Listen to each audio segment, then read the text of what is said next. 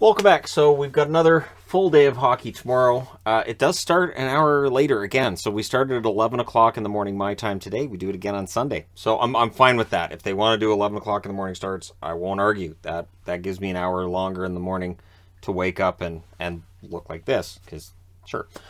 So starting at 2 o'clock in the afternoon Eastern, 11 a.m. Pacific, we've got the Islanders in against the Philadelphia Flyers. The Islanders are getting better. And they play well against the Philadelphia Flyers. They're trying to sweep the season series. So January 17th, the Islanders win 4-1. January 18th, the next night, they won 4-3 in a shootout. And on January 25th, they won 4-3. So that's 3 wins over Philadelphia in a period of 8 days.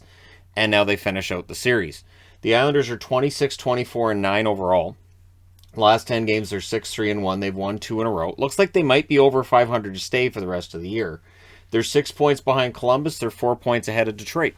On the Philadelphia side, they're 19-31-11. Their last 10 games, they're 4-5-1. They lost their last game in regulation. They're 1 point behind Buffalo. They're tied with Ottawa and New Jersey, and they're only 6 points ahead of Montreal as Montreal continues to make their climb.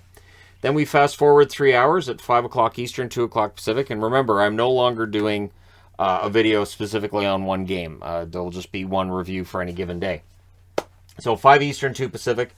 The Dallas Stars will be looking to bounce back from what was a disappointing Saturday against the Washington Capitals, who have been anything but disappointing lately. So for Dallas, they lost 5-0 at home against Washington. So there's your no mercy magnet for that game. And that's the only one that's got a no mercy magnet on it.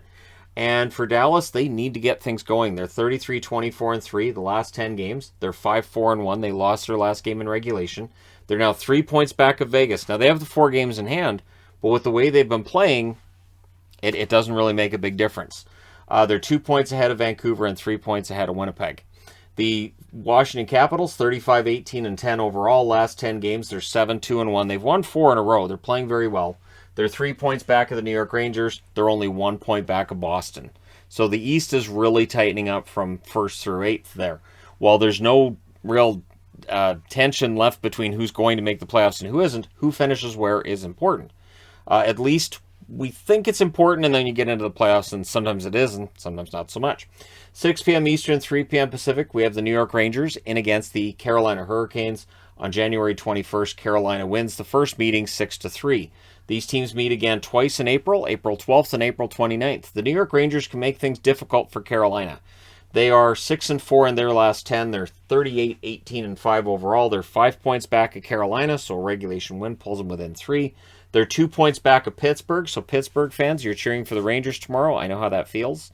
It's got to feel weird. 3 points ahead of the Washington Capitals as well. So the Rangers looking to keep their spot and maybe move up.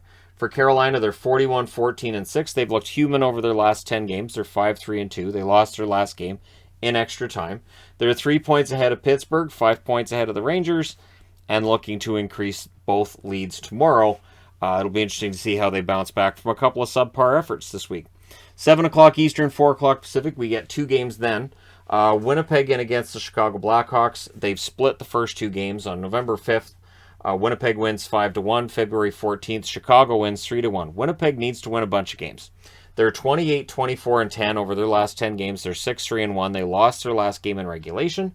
They're 6 points back of Vegas now. They're 2 points back, or 3 points back of Dallas, and 1 point behind Vancouver. So that's 3 teams they have to jump over to get into the playoffs. And with Vegas being 6 points up, they need to win this one tomorrow. Chicago, 22-31-9 overall. Last 10 games, they're 4-5-1. They lost their last game in regulation against Minnesota.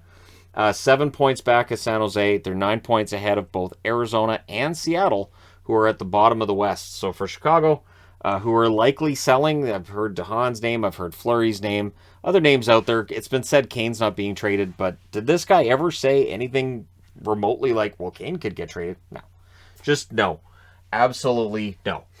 7 Eastern, 4 Pacific, we have the Arizona Coyotes in against the San Jose Sharks. December 28th, San Jose wins 8-7 in a shootout. Absolutely ridiculous game. The third meeting between these teams will be March 30th. So for Arizona, they're 20-37-4. Last 10 games, they're 7-3. They lost today against Pittsburgh. Spirited affair, though. I would imagine Vejmelka starts this one.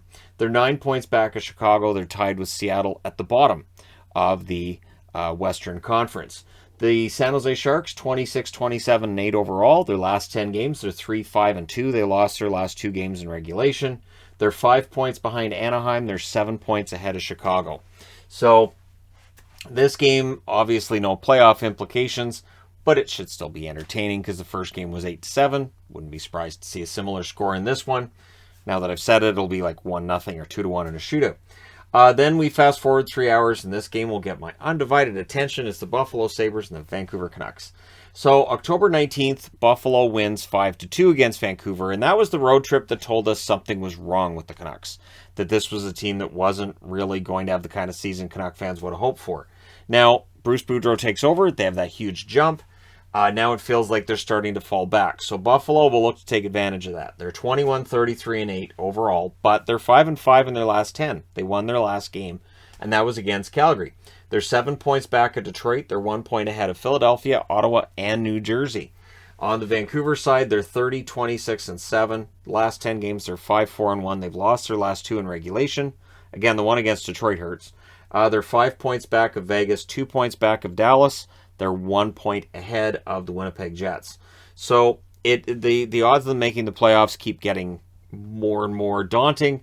And if Buffalo were to win this game tomorrow, odds are on Monday we get as close to a fire sale as we're going to get with Vancouver. I don't expect a full fire sale, but if they lose both games on the weekend, maybe both Besser and Garland end up getting moved. So we'll see what happens. Let me know your thoughts in the comment section below, including your winners.